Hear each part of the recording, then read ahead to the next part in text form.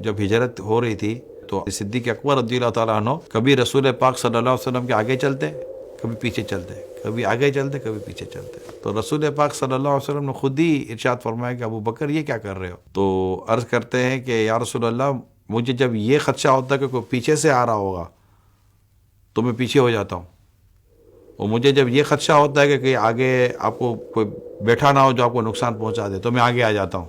تو آقا صلی اللہ علیہ وسلم نے کچھ یوں ارشاد فرمایا کہ آپ یہ چاہتے ہیں کہ آپ مجھ سے پہلے دنیا سے چلے جائیں، یعنی کہ آپ مجھ پر اپنی جان دے دیں. تو عرض کی یا رسول اللہ میں یہی چاہتا ہوں. جان سے بڑھ کر انسان کو کوئی چیز پیاری نہیں ہوتی. تو جس نے جان تک قربان کرنے والے اقدامات کر لیے ہوں تو یہ مطلب یہ کمال کی تھی نا. تو جان دینا اور مال تو وہ تو ویسے دے چکے تھے، مگر میں دیکھنے سننے والوں کے لیے سے ایک اور بات بیان کروں گا. درست ہے کہ پیارے آقا صلی اللہ علیہ وسلم کے فرمان پر آپ اپنے گھر کا سارا سامان لے کر آ گئے اور پورے کے پورا گھر کا سامان قدموں میں رکھ دیا اور گھر میں کچھ بھی نہ چھوڑا. مگر کیا آپ بات بھول گئے؟ آقا دو جہاں صلی اللہ علیہ وسلم دنیا سے پردہ فرما گئے.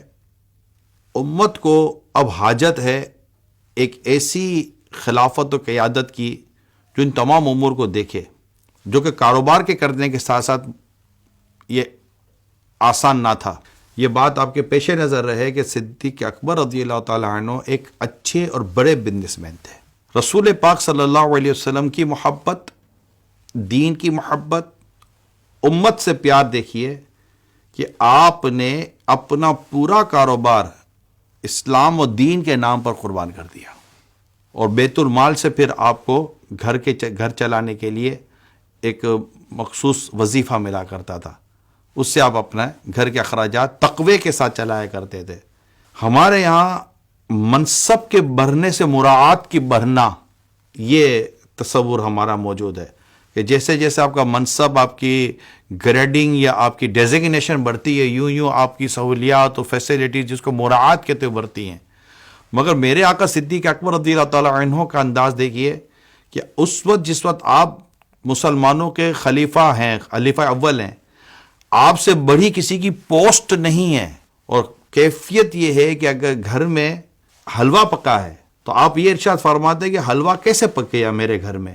اور جب آپ سے یہ کہا گیا کہ آپ کو جو بیت المال سے وظیفہ ملتا ہے اسے کچھ بچا کر اتنا آج بچ گیا کہ حلوہ بن جائے، تو ہم نے حلوہ تیار کر لیا. تو آپ فرماتے کہ اتنا آتا ہے کہ اتنا بچ جاتا ہے کہ حلوہ تیار ہو گیا، تو آپ نے اس کی بھی بیت المال سے ملنے والے وظیفے سے کٹوتی کروا دی.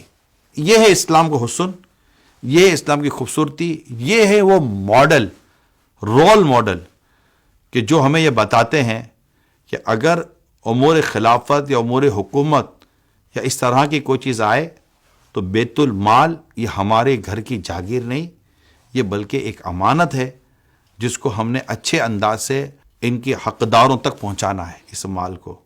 تو یہ ہمارے مطلب کہ بہت خوبصورت اور سنہرے ابواب و چیپٹر ہیں جنہیں ہم ان ایام میں ذکر بھی کرتے ہیں، یاد بھی کرتے ہیں، اور ہمیں کوشش کرنی چاہیے کہ ہم اس کو اختیار